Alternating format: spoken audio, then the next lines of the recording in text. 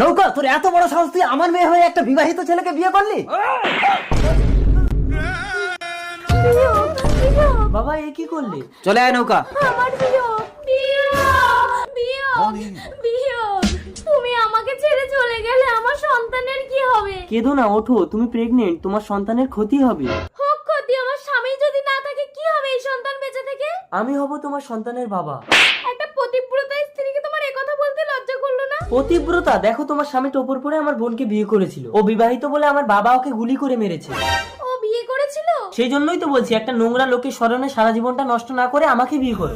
আমিও তো বিবাহিত, তাহলে তোমার বাবা আমাকেও তো গুলি করে মারবে। তুমি বিবাহিত, আমার বাবা বুঝতেই পারবে না। কিন্তু আমার পেটে তো বাচ্চা। তুমি শুধু তোমার নাম আর নাম্বারটা বলো, বাকিটা আমি ম্যানেজ করে নেব। আমার নাম দিশা।